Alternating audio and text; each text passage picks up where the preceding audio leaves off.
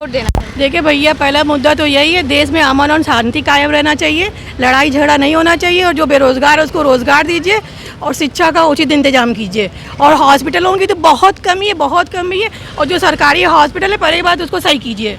भैया भीख नहीं चाहिए, किसी से भी नहीं चाहिए, चाहे कोई भी हो, अपना सेल्फ कमाओ सेल्फ खाओ, इसके कैपेबल बनाना चाहिए। क्या हमारा देश भिखमंगा बनेगा क्या कि 1 लाख वो दे 15,000 वो दे तो हम लोग भिखमंगे की लाइन में आ जाए? सेल्फ बनिए, बोल्ड बनिए, अपने एक वोट का जो है यूज़ कीजिए और अपना अधिकार यूज़ कीजिए। ये बेवकूफ़ों वाले क्या हरकत है, वो 1 लाख दे देंगे, वो 15,000 रुपया दे दें और हम लोग भिखमंगे बन जाएँ। हम लोग ना कि विकासशील, सारे विकसित हो करके कहाँ से कहाँ चले गए और हम लोग अभी तक 1 लाख और 15,000 पाने का चाहिए। हम लोग को ऐसा नहीं चाहिए कोई। सर आपका नाम? सरफराज अहमद। सर जैसे आप मतदान कर चुके हैं? जी हाँ। सर आपने मतदान किया तो क्या ऐसे ही 10 साल में कौन सी परियोजनाएं आपके लिए सबसे महत्वपूर्ण नहीं, क्या आपको लगता है? हमको मतलब कि बदलाव चाहेगा। बदलाव चाहिए? जी हाँ। आपने कहा बदलाव चाहिए, तो किस तरीके का बदलाव चाहिए? कि मतलब जैसे हॉस्पिटल तक होना चाहिए, शिक्षा होना चाहिए, रोजगार होना चाहिए, यही सब का हमको बदलाव चाहेगा और कुछ नहीं चाहेगा। जी। जैसे कि सरकार में भी तो हमको कुछ मिला नहीं, कोई योजना नहीं मिली, हम सोचे अगला सरकार आए शायद मिल जाए। क्या मिल जाए, क्या योजना जैसे कि हमारे मतलब हम बेरोजगार हैं, टहल रहे हैं, तो हमको शायद रोजगार मिल जाए। सर आपका नाम? जी, मोहनलाल केवट। सर आप जैसे अभी मतदान करके आए तो अब क्या सोच के मतदान किए हैं? इसमें कुछ सोचना भी पड़ता है क्या? जैसे कि विपक्ष लगातार IIT BHU में जो लड़की के साथ छेड़छाड़ हुआ है उस पर लगातार विपक्षी सवाल उठा रही है, आपको क्या लगता है इसमें? विपक्ष तो बहुत कुछ उठाता है, लेकिन विपक्ष कुछ साबित कर तो पाता नहीं है। कुछ साबित किया हो तो बताइए। उनका कहना है कि इस बार उनकी सरकार आएगी तो बेरोजगारी और सब महिलाओं को सुरक्षा मिलेगा, आपको क्या लगता है? 70 साल से तो आदमी बेरोजगार ही था। जी कितना रोजगार मिला था 70 सालों से? जी जी। 70 सालों से तो लाखों भी नहीं मिला, अब लाखों देने को तैयार है।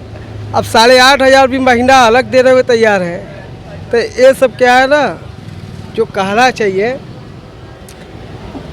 भड़काना, जी वोटरों को भड़काना, जी। अपने पक्ष में लाना, लेकिन वो ला नहीं पा रहे हैं। अटल जी ने कहा था एक दिन ऐसा आएगा कि कांग्रेस पर सब हंसेगी। जी। ठीक है। नीलम कुमारी। मैम जैसे कि अभी मोदी जी का जनसभा महिलाओं के लिए हुआ था, वो कह रहे कि चुनावी एजेंडा महिला सुरक्षा नहीं, आपको इस पर क्या लगता है? काहे नहीं सुरक्षा है, बहुत सुरक्षा है। उनके बैठने से, प्रधानमंत्री बनने से बहुत सुरक्षा है। बहुत जगह जगह तरह तरह के जाते हैं, रात हो बिरात हो, लड़कियां हो, सब आती हैं जाती हैं, सब सुरक्षा रहता है। हम भी माला फूल बेचते हैं, आते हैं, हम एकदम आज़ाद से आते हैं जाते हैं, कोई डर न कोई भय रहता है। विक्की। सर जैसे कि आप भी मतदान करके आए हैं, आप एक युवा है, तो आप पहली बार मतदान कर रहे हैं? नहीं, दूसरी बार। दूसरी बार है, तो आपको दूसरी बार में सुरक्षा की तरफ से क्या व्यापक कुछ ऐसा लगा आपको? सुरक्षा मैम देखिए, बनारस में पहले अभी 5 से 10 साल पहले किसी भी मतलब स्टेशन से उतरिए, लेडीज़ लोग की बात कर रहा हूँ, हम लोग तो मेन से कहीं भी हम लोग चले जाएंगे, कोई दिक्कत नहीं, लेडीज़ लोग की बात कर रहा हूँ।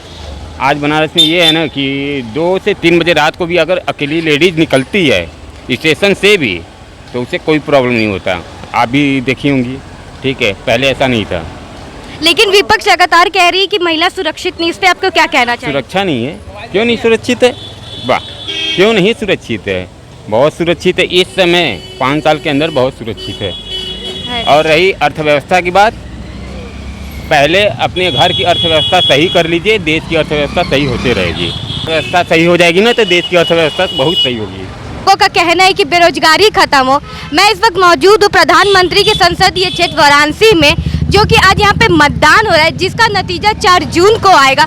देखना दिलचस्प होगा कि किसकी सरकार होगी, किसकी नहीं होगी और किसकी जीत होती है। वाराणसी से साक्षी, ऐसे तमाम खबरों के लिए आप बने रहिए ग्लोबल अपडेट के साथ।